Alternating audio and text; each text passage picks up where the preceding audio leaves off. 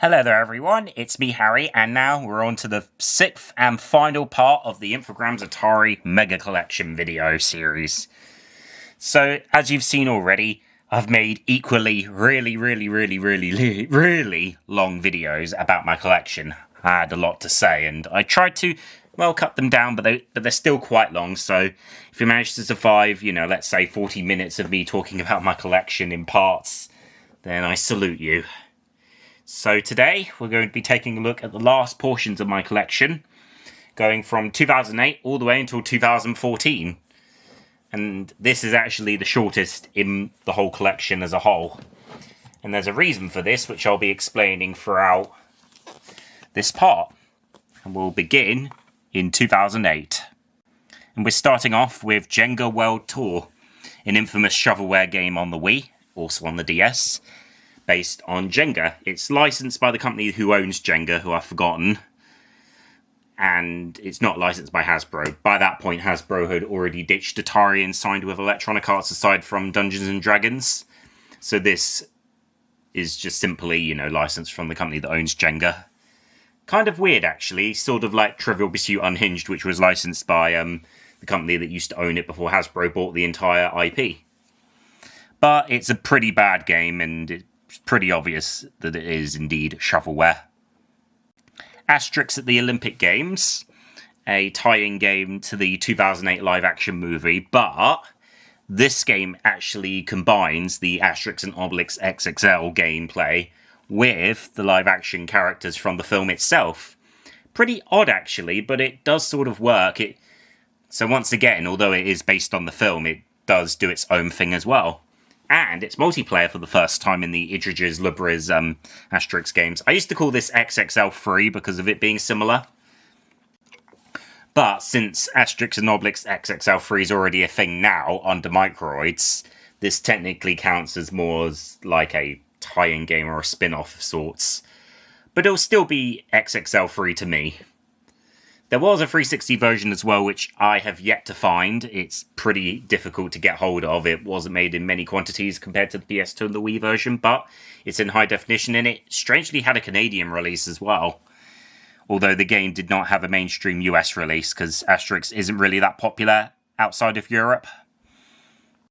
Here we are with Eden Games' Alone in the Dark reboot.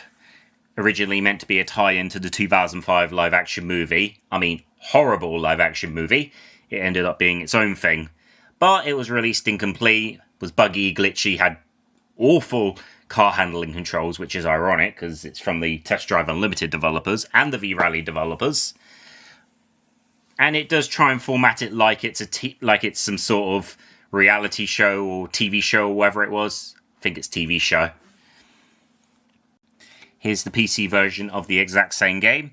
It's pretty much unplayable these days unless you modify it some way because of the DRM system that's included with it that requires online activation, and obviously with those kind of games, they're very hard to get working.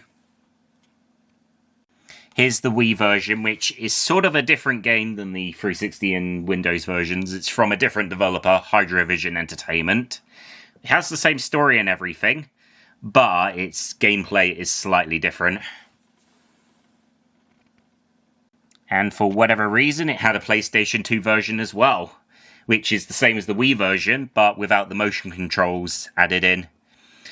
Which is odd, because this came out before the PS3 version, which was called Alone in the Dark Inferno, and fixed most of the bugs and glitches from the 360 and PC versions, so maybe it must have been because PS3 development was pretty difficult to do at the time.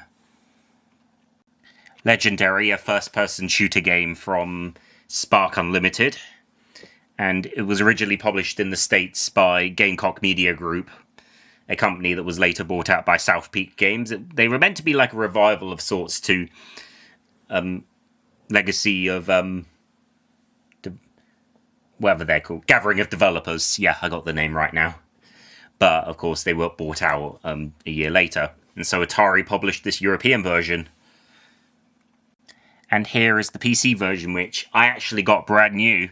Shrink-wrapped, although the disc is pretty useless as well because it also uses the Tage's DRM system Alone in the Dark uses as well, so it's once again an online activated game. My Horse and Me 2, the sequel to the original My Horse and Me, with a new story and everything. This time developed by Tate Interactive. And it had a very strange release cycle as well. Like, the Wii version and the PC version, I think, came out first. And so the PS2 and the 360 versions came out 2 weeks later. So this version I have is a Nordic release, so there's not much English on it. And the entire packaging's in Danish, Norwegian, Swedish, and Finnish. Pretty obvious. Although the game does still play in English.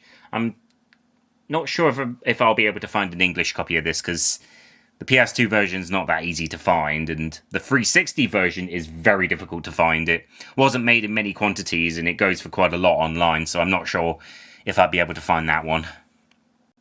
Neverwinter Nights 2 Storm of Xenia, the second expansion pack for the game. And that's all I really have to say about it, aside from there was an adventure pack called Mysteries of Westgate, but I think it was a download-only release until the remaster. I think it did have a physical release in some countries. I think mainly in Central Europe, where the game was distributed through companies like CD Projekt and whatnot. Now, as we head on to 2009, this is when we get into a transitional period for the company itself. So, we start off with Race Pro, a game developed by Simbin and was published by Atari. It wasn't distributed solely by them, unlike the other Simbin and Tentacle Publishing titles.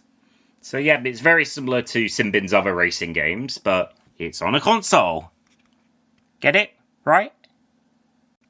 EVE Online. This is a physical release of a online game, which I think is still going around to this day. Atari ended up acquiring physical rights to publish this disc version of the game. And then here is the DVD case itself. So this was during a period when Atari decided to focus more on releasing MMO games, whilst they split off their distribution divisions in Europe and overseas into a company that was a joint venture with Namco Bandai Games called Distribution Partners. We'll be talking more about them later. Family Ski and Snowboard, developed and published by Namco Bandai Games, and kind of an oddball edition in my collection, because although it was part of a free game series, you know, Family Ski and Snowboard, this one, and Go Vacation, this one was the only one distributed under Atari Europe, and even then, their logo isn't seen anywhere on the packaging. Only little tiny text saying that it's distributed by them is on there. The other two games were distributed through Nintendo of Europe, so that's why they haven't been included in this, because I'm only including games published or distributed under Atari. And Namco Bandai Games slowly drifts on from then on. Yet another strategy game, codenamed Panzer's Cold War. Not a game I'm interested in, not a game I want to play. I don't think it installs properly on modern Windows because of the DRM, but still a noteworthy addition to my collection, a bit of generic one. Demigod, a game from Stardock, and yet another online game Atari acquired publishing and distribution rights to release it physically. So you'd think by then that they'd just end up acquiring more MMO games, but they ended up acquiring Cryptic Studios around this time, so obviously with them on the realm, they would publish their first MMO game within a short while. What could that be? You'll just have to see. Ready to Rumble Revolution, a reboot of sorts of the Ready to Rumble franchise, which was originally published by Midway Games, but this game in particular is actually owned by Tentacle Studios Asia, and then they licensed out the publishing rights over to Atari. And as such, we have this game, which is a much more casual take on the Ready to Rumble franchise, and not a good one at that. Now, here's a game that you wouldn't expect Atari's name to be on, The Chronicles of Riddick, Assault on Dark Athena. So this is a game based on the Chronicles of Riddick film, and the original game Escape from Butcher Bay, which it's technically a remaster of that, but it also includes a brand new story. Originally, this was meant to be published by Vivendi Universal Games, like with the original game, but after the Activision buyout, they rejected it, and Atari bought the rights to this game and another one, which you'll be seeing in a couple of games later on. But yeah, pretty neat, and this would end up being Atari's last self-published and distributed game in European territories and the rest of the world outside of North America, because changes would slowly come in. Tales of Vesperia, or Vespria, from Namco Tales Studio, published by Namco Bandai Games. So this is one of the few titles that was distributed under the Distribution Partners joint venture entirely. There's no mention of Atari anywhere on the packaging at all, aside from the end of the manual. It just lists everything as Namco Bandai Games, and that's what I call the transitional period. The last Namco Bandai Games distributed title under Atari's logo and banner was Afro Samurai, which I don't own. But still a fun RPG game, with a very good intro video, nonetheless. And now here we come to the very first Atari published game distributed under Namco Bandai Partners, which is what we'll be showing off from then on. And it's Champions Online from Cryptic Studios, Atari's first self-owned MMO game based on a comic book franchise of the same name. So by this point, Atari had exited out of the European and overseas markets and sold them to Namco Bandai Games, which was essentially the Distribution Partners venture, and then they rebranded it as Namco Bandai Partners. So now, this includes all of Atari's titles released from then on. And technically, I'm counting this as a Bandai Namco thing now, so any Atari titles that I do own later on, I don't count as such. Which I don't even own anymore anyway. Ghostbusters, the video game. This was the other title Atari acquired from Vivendi Universal Games when they rejected it. And as such, this is technically the actual Ghostbusters 3, if you get what I mean. And not the reboot from 2016. And then obviously, although the later films in the original continuity don't apply with this title, it's still a fun game regardless. And the funny thing to note is that the PS3 and PS2 versions came out earlier on. They were published by Sony instead of Atari. Atari sold the rights to them. And then the PSP version, which came out alongside the other versions of the game that Atari did publish, was also published by Sony. Quite odd, but there you go. Here is the PC version of the game. I think if you remember from a video I uploaded last year, I actually tried to install this game onto my computer, but because it used in, Securom online DRM, I was unable to. I'm sure I could have found another way, but I just couldn't. Here's the Wii version of the game, which was from a different developer and has a lower age rating. Its gameplay is a little bit different as well. But that's everything that you'd have to do to get slimed with the legendary Ghostbusters video games. And they were remastered as well by another company. Yay! So we're beginning 2010 with Ben 10. How fitting. With Ben 10 Alien Force Vilgac Attacks. So the game was originally published by D3 Publisher of Europe, the European division of the Japanese company D3 Publisher. Then Namco Bandai Games bought them out. The European division was closed down. And then the brand was simply used as a publishing label from then on. So Namco Bandai Games was technically the publisher of these titles. This version is one of those versions. It's a later re-release of the game. But it's still the same title regardless. There's no Namco Bandai Games logos anywhere on it. But still the last D3 Publisher of Europe title. And probably the first Namco Bandai Games D3 Publisher title. Yeah, it's confusing, isn't it? Star Trek Online. Golden Edition, I think it is. So this was the MMO game Atari and Cryptic Studios were hoping to be the next big thing. And it sort of was, although Atari ended up using most of the profits the game made to pay off their debts. Ugh.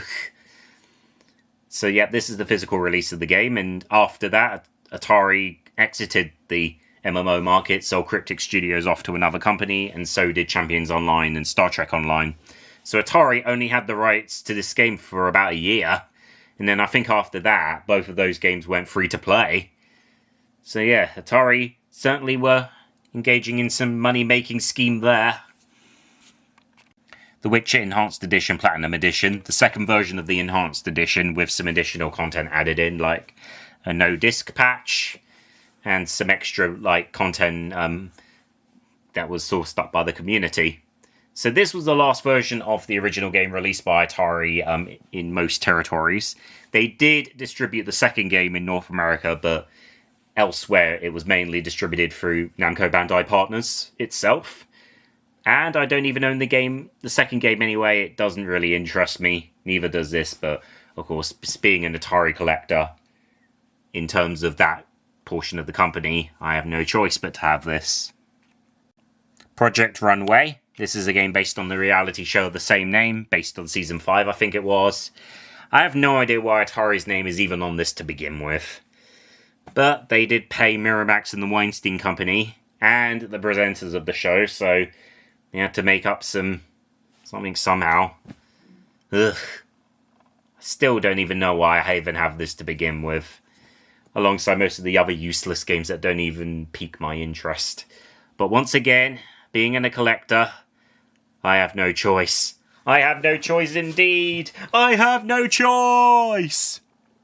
Sam & Max Beyond Time and Space. This is the physical release of Telltale Games' second season of Sam & Max. The first season's physical release was published by Joe Wood Productions. But, regardless, it's a good way to play the game without needing Steam or something like that. Like what you would get most Telltale games on these days. Although I do wish some of them had wider releases like Strong Bad's Cool Game for Attractive People, which is one of my favourites from Telltale, but it's obviously because I'm a big fan of the IP itself. Ben 10 Ultimate Alien Cosmic Destruction. So this came out shortly after the show premiered in the UK. And oddly enough, only this version and the DS version first came out. It must have had some sort of console exclusivity deal or something that Namco Bandai Games engaged in with Microsoft or whatever, because the other versions didn't come out until 2011. But regardless, it's got a new story, it's got the new ultimate forms of Ben's aliens and the Ultra Matrix, and it's a world tour as well, so Ben's going around the world and saving it, I guess, against the evil villains, yeah. Pac-Man Party, which was released to celebrate Pac-Man's 30th anniversary, and as such, it's fittingly a party game with mini-games and the original Pac-Man arcade game included. And it was the first to feature a newly redesigned Pac-Man and the Ghosts as well. Although those designs would later be enhanced upon with the Pac-Man and the Ghostly Adventures TV series, which was in development at the time, and eventually premiered in 2013. Test Drive Unlimited 2, the sequel to the original game, once again from Eden Games. And it's basically a touched-up, even more improved version of the original game, although it's a little bit buggy, and has terrible, terrible, terrible driving schools, which are very hard to complete, which you actually have to do before you can do certain races, which I don't even know why this is even the case, because the original Test Drive Unlimited didn't have such a feature. Maybe they were trying to be more realistic, but it's annoying. Yep, still the same kind of premise as the original game. It's a massively multiplayer online racing game. The online features don't exist anymore, but regardless, it's still what you'd expect for Test Drive Unlimited. And then there's Solar Crown, which is online only. Ugh. I don't know what Nacon was even thinking about that. I was hyped for it as well.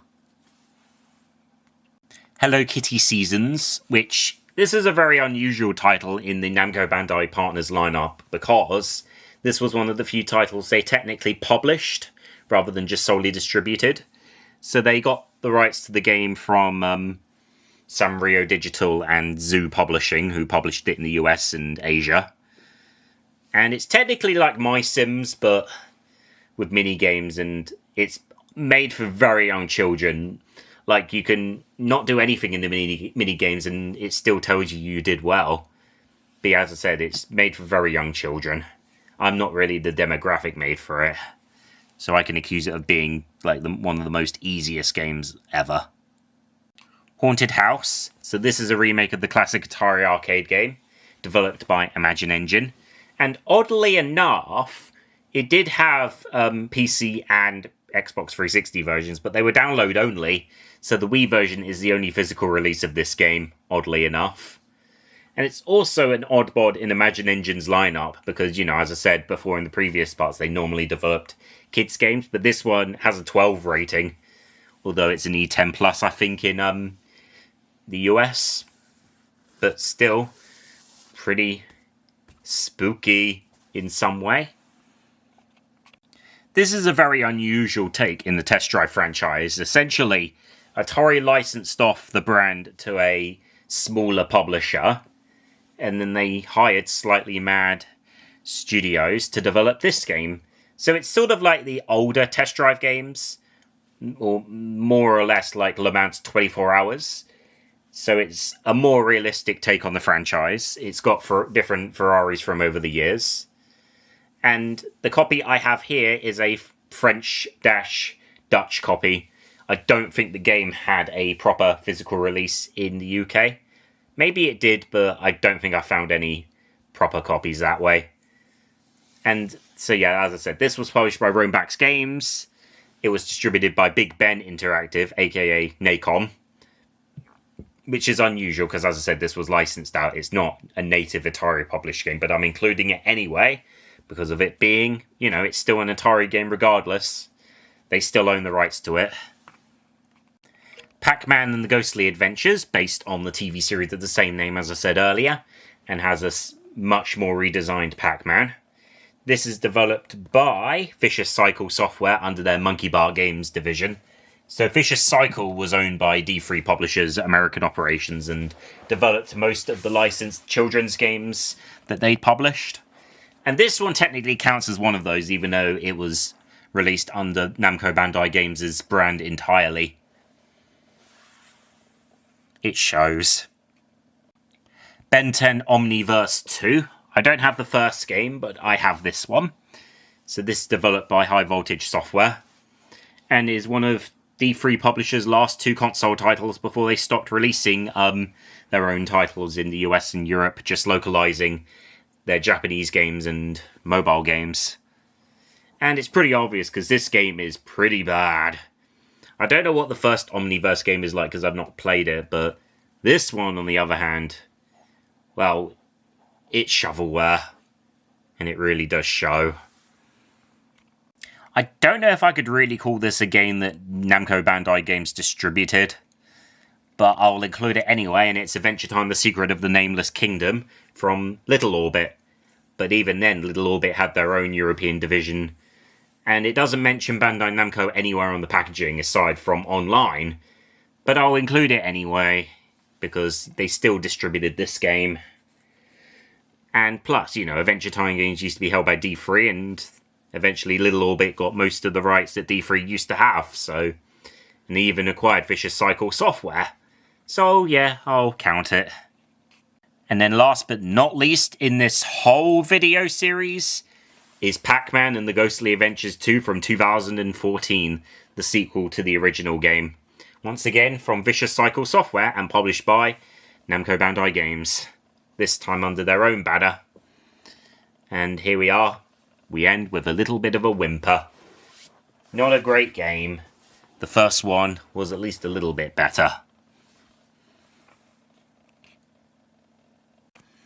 So now, it's time for me to turn this off, take it away, turn off this light, let me go a bit forward, and now it's time for me to say thanks for watching, and bye for now.